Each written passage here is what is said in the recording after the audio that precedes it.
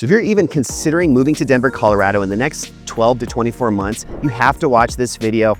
As a Colorado and Denver native of over 40 years, I want to share with you guys 3 things that often aren't talked about that much, but are incredibly important if you are considering Colorado as your next home. So make sure you guys pay attention. Let's get started on a brand new episode of Living in Denver.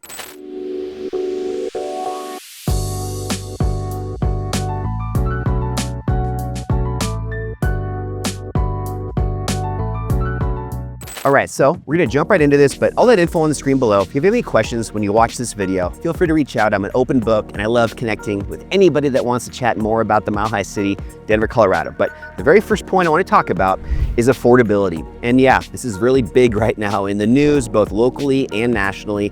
Everywhere across the country is being affected right now by affordability, but Colorado specifically is getting hit hard. In fact, recently there was an article that came out that Colorado was ranked 4th in the entire nation for the least affordable states.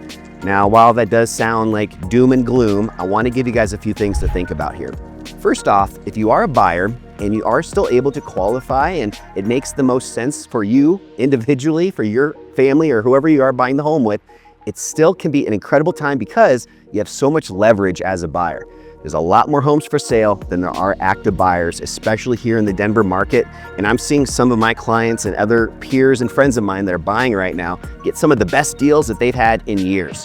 So yes, I understand that doesn't apply to everybody, and affordability is still a huge, huge factor. But I do want to share a little bit of a positive take on this. I read another article recently that actually put Denver as the #1 city out of the top 50 in the country for income growth. So we had the largest increase in our median income here in the Denver market this past year. So yes, it is very expensive and affordability is tough, but if you guys are looking to come out here and have a career and still be part of the workforce, there are some great opportunities and the dollar amounts can hopefully work out in your favor and continue to be going in that upward trend. Now, before moving on, I just want to talk about a couple other aspects of affordability. Now, it's really important when you're looking at a home to potentially purchase, you realize that there's other expenses, there's other costs and fees outside of just that dollar amount that you see on the Zillow listing when you're looking online at 10 o'clock at night. For example, you have property taxes, potentially a homeowner association, insurance, as well as closing costs and a lot of other things. I don't want this to feel overwhelming. Now, when it comes to property taxes, that's the one that I specifically wanted to share with you guys because every state's different. In Colorado, every 2 years, there's assessments done, and that's what the property tax annual amount is based off of. But every area within the Denver metro area can also be significantly different from one another. So as an example, I live down in the Littleton area, southwestern part of Denver, and there's an area called Sterling Ranch, and they're at about 1.4% for their annual property tax rate. So let's just say you buy a $500,000 home, you're looking at about $7,000 as your annual property tax bill. There's other areas, however, areas oftentimes that are more in the Denver metro area, more mature neighborhoods where they've existed for maybe even 100 years or longer. Some of these bungalows and areas maybe around Highlands, Sloan Lake, areas such as those, the property tax rate there could be as little as 0.4, so a little bit less than 0.5%. In an example like that, on that same $500,000 home, property taxes are only about $2,500. So just that as one example can show you, probably $5,000 difference of one place to the other on the same price of home. There's also things like home insurance, different areas in Colorado, especially if you're on the western side of town close to the hills, you might have issues with fire mitigation and just getting an insurance on your home that's approved that covers things like wildfires. So there's just all these little, different aspects of buying a home they have to be really aware of, and that all comes back into this affordability topic. So yes, it's more challenging right now than it has been in recent years, but with those challenges also come great opportunities for the people that are educated and willing to look past the noise that we see on a daily basis on social media, the news, etc. Now, moving right on to the second point, it's kind of in alignment with what we've just been talking about, but I want to talk a little bit more about just the cost of home ownership versus renting. And yes, sometimes renting does make the most sense. So I'm not trying to say that you should just always buy a home just to be a homeowner. There's plenty of opportunities for homeowners to incredibly increase their net worth and their wealth through real estate. And just remember, guys, one of my favorite sayings, buy real estate and wait, don't wait to buy real estate. And what I mean by this is real estate is a long-term play. You want to have an investment in the real estate game, but you want to make sure that you allow it to mature and really use time as leverage. So when you're renting, obviously that $2,000, $3,000 a month, that's paying somebody else, the landlord's mortgage on that building. When you buy a home, that's going back into your pocket by building up equity. There's some crazy statistics out there on the average net worth of homeowners versus renters.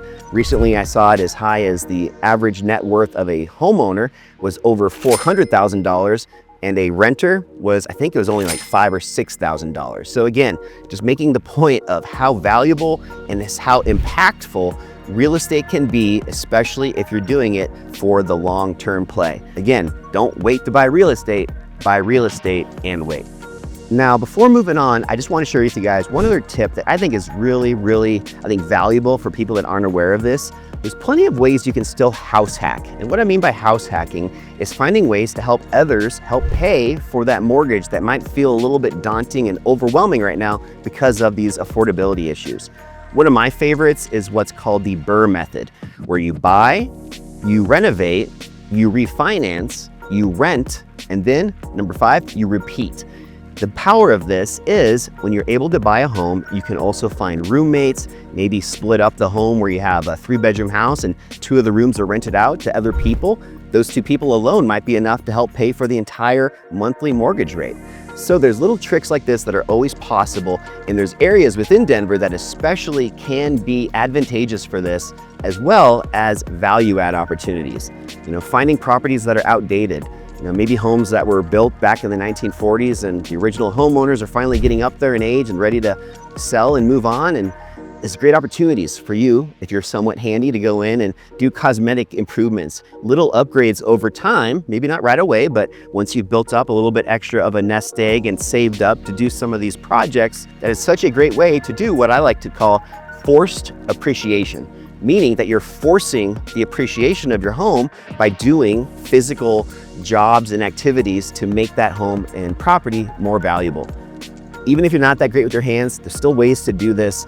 Just make sure you guys are aware that there's some things that are really probably should be done by a professional, and other things that are definitely things that you can do even if you are a novice. Okay, and then last but not least, you guys, the third thing I just wanted to kind of quickly bring up, and partially because it's so relevant right now as I film this. It's the end of June 2026, and this one, I just want to talk a little bit about weather. I've lived here my whole life, and I've seen weather come and go as far as these crazy blizzards one year, crazy heat waves the next. But the last few years have been exceptionally very, very volatile and just different from the norm. And I think that's at least worth mentioning again. I've talked about this in a few other videos, but I just wanted to bring that up to you guys because if you're out of state, considering coming out here to Colorado, maybe you always just come out here in the summer months. That's like your annual family vacation that you do with your family. That's great. And I'm super happy to hear that you guys are coming out and enjoying Colorado. But I recommend you check it out in a different time of year just to see if it still aligns with your quality of life and what you're looking for. So maybe you've only been out to Denver and Colorado in the summer months, plan that next trip in the winter.